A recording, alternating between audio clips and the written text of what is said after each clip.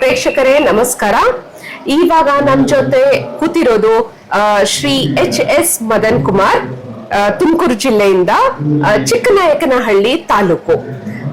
ಇವರು ಬಂದ್ಬಿಟ್ಟು ತಾಲೂಕು ಮಟ್ಟದ ಅತ್ಯುತ್ತಮ ರೈತ ಪ್ರಶಸ್ತಿಯನ್ನು ಪಡೆದುಕೊಳ್ತಿದ್ದಾರೆ ಈ ಕೃಷಿ ಮೇಳ 2024ರಲ್ಲಿ. ಸರ್, ನೀವು ಇಲ್ಲಿ ಬಂದ್ರಿ, ತುಂಬಾ ಥ್ಯಾಂಕ್ಸ್ ಸರ್. ಸುಸ್ವಾಗತ ನಿಮಗೆ. ಪುರಸ್ಕಾರವನ್ನು ತಗೋತಾ ಇದ್ದೀರಾ ಸರ್, ಹೇಗೆ ಅನಿಸ್ತಾ ಇದೆ? ತುಂಬಾ ಖುಷಿ ಆಗ್ತಾ ಇದೆ. ಏನ್ ಹೇಳಕ್ ಇಚ್ಛೆ ಪಡ್ತೀರಾ ನೀವು ನಮ್ಮ ಪ್ರೇಕ್ಷಕರಿಗೆ? ಏನ್ ಹೇಳಕ್ ಇಷ್ಟಪಡ್ತೇನೆ ಅಂದ್ರೆ, ಈ ತರ JKVK ಗಾಂಧಿ ಕೃಷಿ ವಿಜ್ಞಾನ ಕೇಂದ್ರ ಈ ತರ ಕಾರ್ಯಕ್ರಮಗಳನ್ನ ನಂಬ್ಕೊಳ್ತಾರೆ, ತುಂಬಾ ಖುಷಿ ಆಗ್ತೈತೆ. ಎಸ್ಪೆಷಲಿ ಹೇಳ್ಬೇಕಂದ್ರೆ ಯಂಗ್ಸ್ಟರ್ಸ್ ಕೃಷಿಯಲ್ಲಿ ಅಳವಡಿಸ್ಕೊಳ್ಬೇಕು. ಎಲ್ಲಾ ಉದ್ಯಮಕ್ಕೂ ಕಾಲಿಡ್ತಾ ಇದಾರೆ ಯಂಗ್ಸ್ಟರ್ಸ್, ಆದ್ರೆ ಕೃಷಿ ಕ್ಷೇತ್ರಕ್ಕೆ ಜಾಸ್ತಿ ಒಲವು ತೋರಿಸ್ತಾ ಇಲ್ಲ. ಯಾಕಂದ್ರೆ ಇದ್ರಲ್ಲಿ ಲಾಭ ಇಲ್ಲ ಅಂತ. ಅವ್ರಿಗೆ ಬೇಕಾಗಿರೋದು ಮೇಜರ್ ಲಾಭ ಬೇಕು, ಇದ್ರಲ್ಲಿ ಲಾಭ ಇಲ್ಲ. ಆಕ್ಚುಲಿ ಇದನ್ನ ಸಮಗ್ರವಾಗಿ ಮಾಡಿದ್ರೆ ಎಲ್ಲಾ ಬಿಸ್ನೆಸ್ ಗಿಂತ ಇದ್ರಲ್ಲಿ ಲಾಭ ಐತೆ ಅಂತ ಅನ್ನಿಸ್ತಾ ಇದೆ. ಹಂಗಾಗಿ ಇದನ್ನ ಮಾಡ್ಬೇಕಂತ ಎಲ್ಲಾ ರೈತರು ಇದ್ರಲ್ಲಿ ಭಾಗವಹಿಸ್ಬೇಕು, ಅಂಡ್ ಯುವಕರು ಎಸ್ಪೆಷಲಿ ಇದಕ್ಕೆ ಅಳವಡಿಸ್ಕೊಳ್ಬೇಕು ಅಂತ ಹೇಳ್ತೀನಿ. ಸರ್, ಏನ್ ಓದ್ಕೊಂಡಿದ್ದೀರಾ ತಾವು? ನಾನು ಈಗ ಡಿಗ್ರಿ ಮಾಡ್ತಾ ಇದ್ದೀನಿ ಮೇಡಮ್. ಡಿಗ್ರಿ ಮಾಡ್ತಾ ಇದ್ದೀರಾ? ಹೌದು ಮೇಡಮ್. ಎಷ್ಟು ವರ್ಷದಿಂದ ಕೃಷಿಯಲ್ಲಿ ತೊಡಗಿದ್ದೀರಾ ಸರ್? ಮೇಡಮ್, ಬೇಸಿಕಲಿ ಹೇಳ್ಬೇಕಂದ್ರೆ ನಮ್ ತಾತ ಅವರು ಅಗ್ರಿಕಲ್ಚರ್ ಮಾಡ್ಕೊಂಡ್ ಬರ್ತಾ ಇದ್ದಾರೆ, ನಮ್ ತಂದೆಯವರು ಮಾಡ್ಕೊಂಡ್ ಬರ್ತಾ ಇದ್ದಾರೆ. ಮುಂದೆ ನಾನು ಮಾಡ್ಕೊಂಡು ಹೋಗ್ತೀನಿ. ನಾನು ಇನ್ನು ಡಿಗ್ರಿ ಮಾಡ್ತಾ ಇದ್ದೀನಿ. ಎಜುಕೇಶನ್ ಎಲ್ಲ ಮುಗಿದ್ಮೇಲೆ ಕಂಪ್ಲೀಟ್ ಆಗಿ ಅದಕ್ಕೆ ಅಡಾಪ್ಟ್ ಆಗ್ತೀನಿ. ತುಂಬಾ ಏನು ಪ್ರೋತ್ಸಾಹ ನೀಡ್ತಿದ್ದೀರಾ ಸರ್. ಕೃಷಿ ಮಾಡ್ತಿರ್ಬೇಕಾದ್ರೆ ವಿದ್ಯೆ ಇರಂಗಿಲ್ಲ, ವಿದ್ಯೆ ಇದ್ರೆ ಕೃಷಿ ಮಾಡಕ್ ಹೋಗಂಗಿಲ್ಲ ಅಂತ ಈ ಟೈಮ್ ಅಲ್ಲಿ ನೀವು ಕೃಷಿ ಮಾಡ್ತಾನೆ ಓದ್ತಾ ಇದ್ದೀರಾ ಅಂತಂದ್ರೆ ತುಂಬಾ ಖುಷಿ ಆಗ್ತಾ ಇದೆ ಸರ್. ಹೌದು ಮೇಡಮ್, ಇದು ಡಿಗ್ರಿ ಮಾಡ್ತಾ ಇದ್ದೀನಿ. ಇದು ಮುಗಿದ್ಮೇಲೆ ಇನ್ನೊಂದು 3 years ಎಜುಕೇಶನ್ ಇದೆ, ಅದನ್ನ ಕಂಪ್ಲೀಟ್ ಮಾಡ್ಕೊಂಡು ಆಫ್ಟರ್ ಅಗ್ರಿಕಲ್ಚರ್ಗೆ ಫುಲ್ ಟೈಮ್ ಕೊಡ್ತೀನಿ ಮೇಡಮ್. ಈಗ ಪಾರ್ಟ್ ಟೈಮ್ ಅಲ್ಲಿ ಮಾಡ್ತಾ ಇದ್ದೀನಿ, ನೆಕ್ಸ್ಟ್ ಅದನ್ನೇ ಫುಲ್ ಟೈಮ್ ಮಾಡ್ತೀನಿ. ಅಂಡ್ ಇನ್ನು ನಮ್ಮೂರಾಗ್ಲಿ ನಮ್ಮ ಪ್ರಾಂತ್ಯ ಆಗ್ಲಿ ಇನ್ನೂ ಜಾಸ್ತಿ ಯಂಗ್ಸ್ಟರ್ಸ್ ಯಾರಾದ್ರೂ ಮಾಡೋರಿದ್ರೆ ಅವ್ರನ್ನ ಸ್ವಲ್ಪ ಪ್ರೋತ್ಸಾಹ ಮಾಡ್ತೀವಿ. ಯಾಕಂದ್ರೆ JKVK ಅವಾರ್ಡ್ ಕೊಡ್ತಿರೋದು ತುಂಬಾ ತುಂಬಾ ತುಂಬಾ ಖುಷಿ ಅನಿಸ್ತೈತೆ.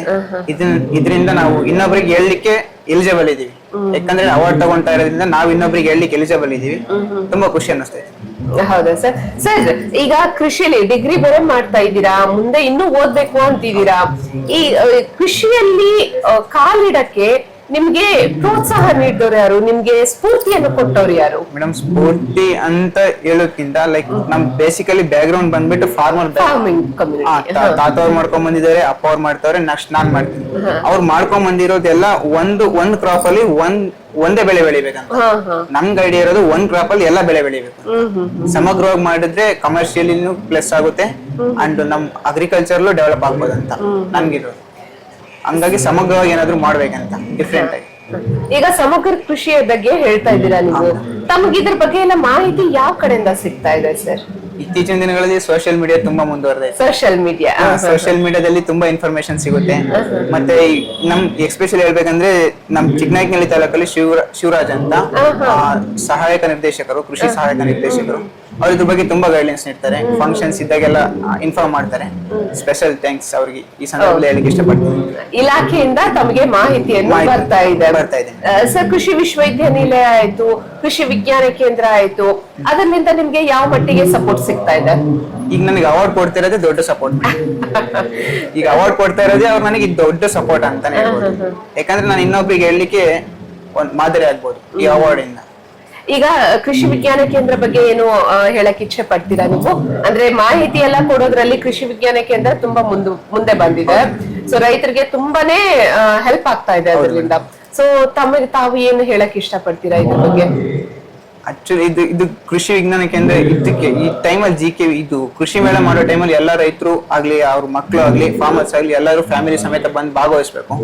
ಇಲ್ಲಿ ಕೊಡೋ ಇನ್ಫಾರ್ಮೇಶನ್ ತಿಳ್ಕೊಳ್ಬೇಕು. ಅವ್ರ ಕೈಲಿ ಆಗಿಲ್ಲ ಅಂದ್ರೆ ಸ್ವಲ್ಪ ಮಟ್ಟಿಗಾದ್ರೂ ಟ್ರೈ ಮಾಡ್ಬೇಕು. ಟ್ರೈ ಮಾಡಿಲ್ಲ ಅಂದ್ರೆ ಯಾವ್ದಾದ್ರು ಸಜೆಷನ್ ಆದ್ರೂ ಕೊಡ್ಬೇಕು.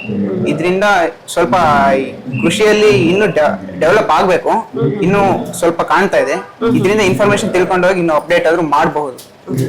ಈಗ ಯುವಕರಾಗಿ ನೀವು ನಮ್ಮ ಯುವ ಜನತೆಗೆ ಕೃಷಿ ಬಗ್ಗೆ ಅಥವಾ ಕೃಷಿಯಲ್ಲೇ ತೊಡಗಿಸ್ಕೊಳ್ಳಕ್ಕೆ ಏನನ್ನು ಟಿಪ್ಸ್ ಕೊಡಕ್ ಇಷ್ಟಪಡ್ತೀರಾ ಸರ್? ಕೃಷಿಯಲ್ಲಿ ತೊಡಗಿಸ್ಕೊಳ್ಳಿಕ್ಕೆ ಟಿಪ್ಸ್ ಏನ್ ಅಂತಂದ್ರೆ ಸಮಗ್ರವಾಗಿ ಮಾಡ್ಬೇಕಂತ ಹೇಳ್ತೀನಿ. ಒಂದ್ ಕ್ರಾಪ್ ಅಡಿಕ್ಟ್ ಆಗ್ದಾಗೆ ಒಂದೇ ಫ್ಲಾಟ್ ಅಲ್ಲಿ ಎಲ್ಲಾ ಬೆಳೆಗಳನ್ನ ಬೆಳಿಬೇಕು. ಅದರಿಂದ ಕಮರ್ಷಿಯಲ್ ಆಗು ಮಾಡ್ಬೇಕು, ಅಂಡ್ ಅವ್ರ ಹೆಲ್ತ್ಗೂ ಯೂಸ್ ಆಗುತ್ತೆ. ಈಗಿನ ಫರ್ಟಿಲೈಸರ್ಸ್ ಎಲ್ಲ ಯೂಸ್ ಮಾಡ್ಕೊಂಡು ಬೆಳಿತಿರೋದ್ರಿಂದ ನಾವು ನಮ್ ಚಿಕ್ಕ ಪುಟ್ಟ ಜಮೀನೇ ಇರ್ಲಿ, 1 ಎಕರೆ ಫ್ಲಾಟ್ ಇರ್ಲಿ, ಅದ್ರಲ್ಲೇನೆ ಎಲ್ಲ ಬೆಳೆನು ನಮ್ ಜೀವನ ಮಾಡ್ಲಿಕ್ಕಾದ್ರೂ ಬೆಳ್ಕೊಳ್ಬೇಕು ಅಲ್ವಾ ಸರ್? ಸರ್ ತಾವೀಗ ಸಮಗ್ರ ಕೃಷಿ ಅಂತ ಹೇಳ್ತಾ ಇದ್ದೀರಲ್ಲ, ಏನೇನ್ ಬೆಳಿತಾ ಇದ್ದೀರಾ ಸರ್? ಮೇಡಮ್ ನಮ್ದು 1 ಎಕರೆ 8 ಗುಂಟೆ 1 ಫ್ಲಾಟ್ ಅಲ್ಲಿ ಅಡಿಕೆ, ತೆಂಗು, ಬಾಳೆ ಹಾಕಿದ್ವಿ. ಮತ್ತೆ ಅದ್ರಲ್ಲಿ ಅದಕ್ಕೆ ಬೇಕಾಗುವ ಎರೆಹುಳು ಗೊಬ್ಬರಗಳು ತಯಾರು ಮಾಡ್ಕೊಂತೀವಿ. ಮತ್ತೆ ಅದ್ರಲ್ಲಿ ಜೇನ್ ಬಾಕ್ಸಸ್ ಇದೆ. ಅಂಡ್ ಇನ್ನು ದನಗ್ ಬೇಕಾಗಿರೋ ಮೇವು ಅದ್ರಲ್ಲಿ ಬೆಳ್ಕೊಂತೀವಿ. ಅವರೇ ಆಗಿರ್ಬೋದು, ಅಲಸಂಡೆ ಆಗಿರ್ಬೋದು, ಮತ್ತೆ ಹೂವ ಬೆಳೆಗಳಾಗಿರ್ಬೋದು ಹಾಕಿದ್ವಿ. ಅದ್ರಲ್ಲೇ ಎಲ್ಲ ಮಾಡ್ತಿದೀವಿ. ಹೌದಾ?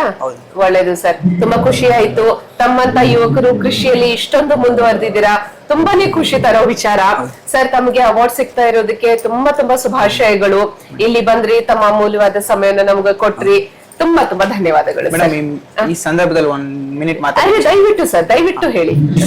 ಡಿಸೆಂಬರ್ 11, 2023 ಒಂದು ಘಟನೆ ನಡೀತು ಮೇಡಮ್. ಚೇತನ್ ಕುಮಾರ್ ಎನ್ನವರು ಈ ಡಿಸ್ಟ್ರಿಕ್ಟ್ ಲೆವೆಲ್ ಪ್ರೈಸ್ ತಗೊಂತಿದಾರಲ್ಲ, ಅವ್ರದ್ದು ಒಂದ್ ಶೆಡ್ ಮಾಡಿದ್ರು ಮೇಡಮ್. 100 ಕುರಿ, 150 ಕೋಳಿ, ಒಂದ್ 5-6 ಹಸು ಇದ್ದಿದ್ದು ಶೆಡ್ ಅಲ್ಲಿ ಆಕಸ್ಮಿಕವಾಗಿ ಬೆಂಕಿ ಬಿತ್ತು. ಅಯ್ಯೋ! 100 ಕುರಿ, 150 ಕೋಳಿ, ಒಂದ್ 5-6 ಹಸು, ಅಷ್ಟು ಅರ್ಧ ಗಂಟೆ ಎಲ್ಲ ಸುಟ್ಟೋದು. ಏನು ಇಲ್ದಂಗೆ ಎಲ್ಲ ಸುಟ್ಟೋದು. ಆ ಕ್ಷಣದಲ್ಲಿ ಆ ಜಾಗದಲ್ಲಿ ಆ ರೈತ ಬಿಟ್ಟು ಬೇರೆ ಯಾವ ರೈತ ಇದ್ದಿದ್ರು ಇನ್ಯಾವತ್ತೂ ಅಗ್ರಿಕಲ್ಚರ್ ಫೀಲ್ಡ್ ಬರ್ತಾ ಇರ್ಲಿಲ್ಲ.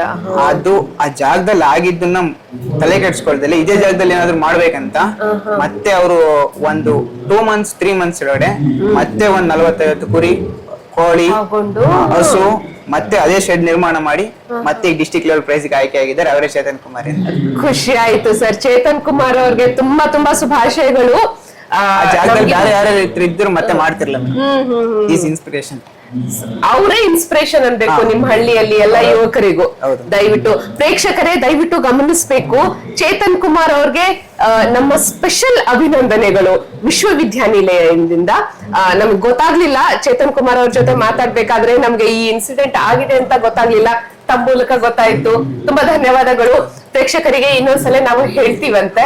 Thank you sir, thank you so much for coming. Thank you sir.